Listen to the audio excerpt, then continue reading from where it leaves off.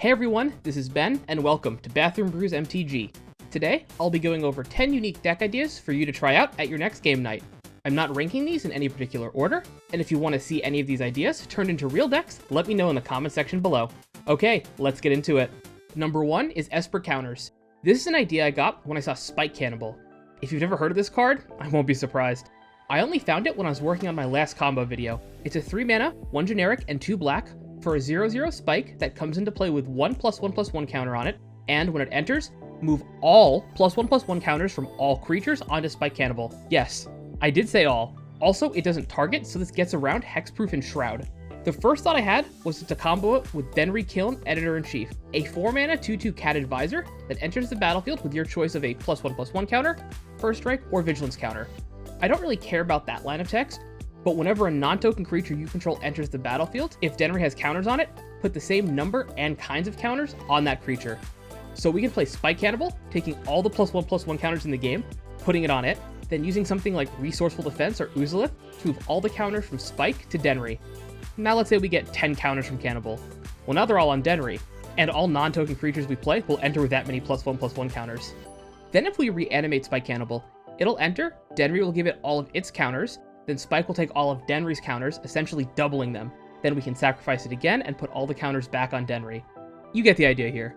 The commanders I'd go with would be the partner pair of Ishai Ojutai Dragonspeaker and Sengir Dark Baron. Both of these commanders get +1/1 counters by just existing, so they're the perfect candidate for this Esper Counters deck. Number 2 is Temur Power Stones, featuring Riku of 2 Reflections. Now, you might be thinking, why would I want to use Power Stones in a Riku deck? The only restrictions on Power Stones is that you can't use them to cast non-artifact spells. So you can use them for abilities, and if you've played any amount of Limited in the past number of years, you will know there are cards like Prismite, Energy Refractor, and Gemstone Array to turn that colorless mana into colored mana. And you can use that colored mana for anything, like Riku's ability to copy instant sorceries or non-token creatures. Red gives you some great artifact support like Reckless Fireweaver and Gear for Aether Grid. And we can play the budget to layer in Academy, known as Storm the Vault. And then we can just win the game with some big red X spells like Banefire, or my favorite, Helix Pinnacle. Number 3 is featuring one of the new 1 commanders, Kethek Crucible Goliath. I was working on a deck for a video and I was unsure what I wanted to do here.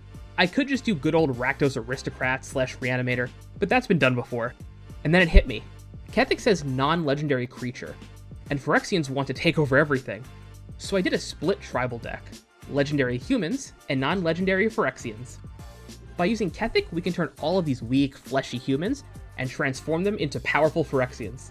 Thankfully, Wizards recently errated a ton of cards to include the Phyrexian type. So we can play Entomber Exarch, Phyrexian Delver, and Phyrexian Rager. Some key humans you should include are Felden of the Third Path, to make token copies of creatures in your graveyard that Kethek can then sacrifice, Sir Conrad the Grim, since creatures will be often entering your graveyard and sometimes leaving, and then Jaxus the Troublemaker to make Blitz token copies of creatures, which when they die you will then draw a card. You also don't have to just stick to humans. Any tribe will probably work. Rakdos Goblins was another one I was thinking of trying out, but the hardest part of this deck will be tuning it, getting the ratios just right for all the mana values. I think this could be a really fun, powerful, and flavorful deck. The other idea I had was taking a certain number of 1, 2, 3, 4, and 5 mana creatures and shuffling in a random pile of each mana value creature in each game. So for example, if we wanted 5 1-drops in the deck, we might shuffle a pile of 20 1-drops, then take 5 of those at random and put them into the deck. My friend does this with their Atla Palani deck, and I think it'd be a really fun thing to do here. Coming in at number 4 is Nethroi Apex of Death Super Friends. I know what you're thinking. How the heck does this make any sense? Well, it isn't too hard to turn a Planeswalker into a creature using cards like Luxorgiata's Gift, which will allow us to mutate on top of the Planeswalker with Nethroi, or any mutate creature for that matter. So what I would do is, I would use creatures that when they enter the battlefield or die, they proliferate. So we can use normal sacrifice outlets, we can then proliferate when the creatures enter, sacrifice the creatures for value, and then we can mutate out our commander to return them to the battlefield and proliferate again. And there are some great Abzan Planeswalkers we can include to help improve this game plan. Lolith the Spider Queen will get more loyalty as creatures die, Liliana Dreadhorde General will let us draw cards as our creatures die, and Veraska Golgari Queen can be used as a sack outlet by plussing her, sacrificing a creature, drawing a card, and gaining 1 life. There might be too many moving parts for this to work really well, but let me know in the comments if you'd like to see me try making this deck. Number 5 features Marnus Caligar from the 40k Precon. The obvious way to build this commander is Esper tokens, but I have a better idea. While playing this Precon, I realized how strong their stats and ability are. A 3/5 double strike is no joke, and I've knocked people out on more than one occasion with just commander damage. So let's build Esper Voltron.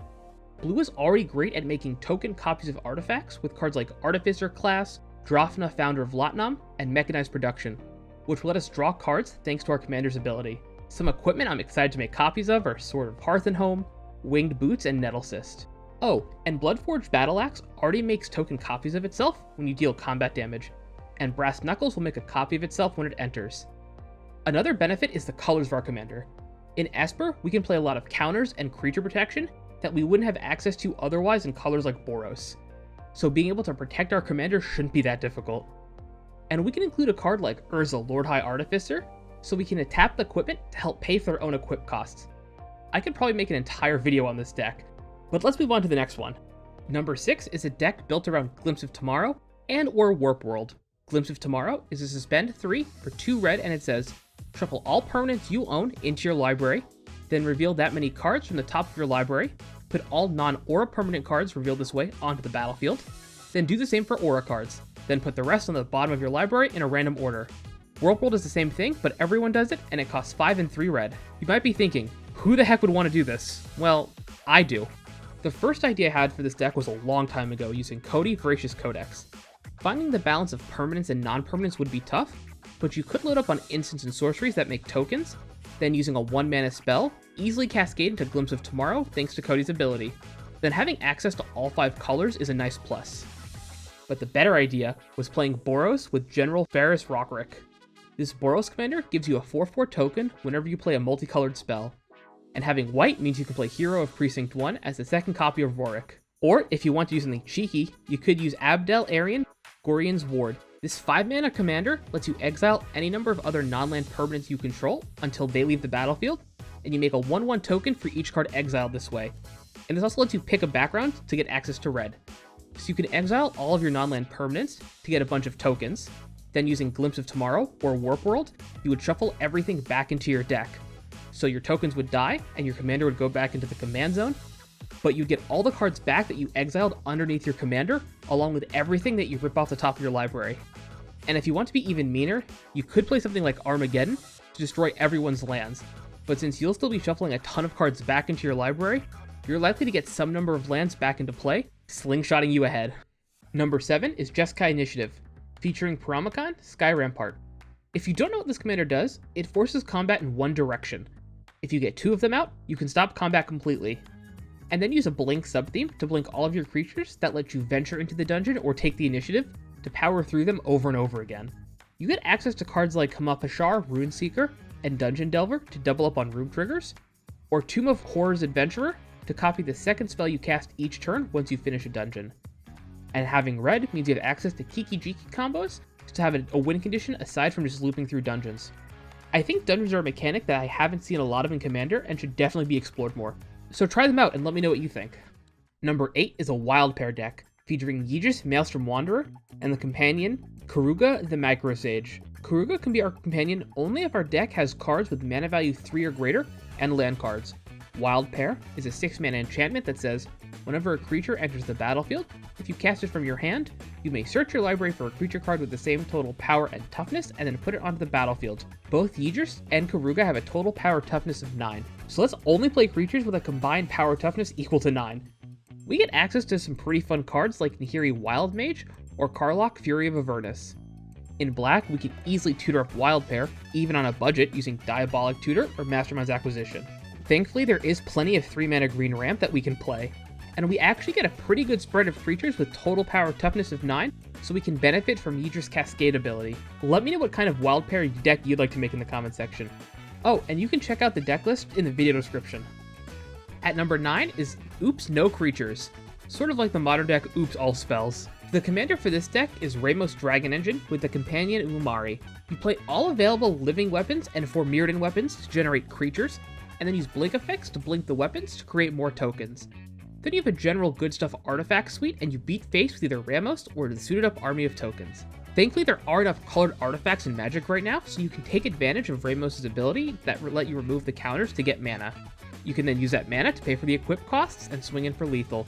It's a weird mix between Voltron and Artifact, and I have a very rough list created linked below, but it needs to be tested and played quite a bit to get a good feel for it. You of course could add Artifact creatures to the deck, and that would definitely improve it, but I wanted to lean really hard into the gimmick.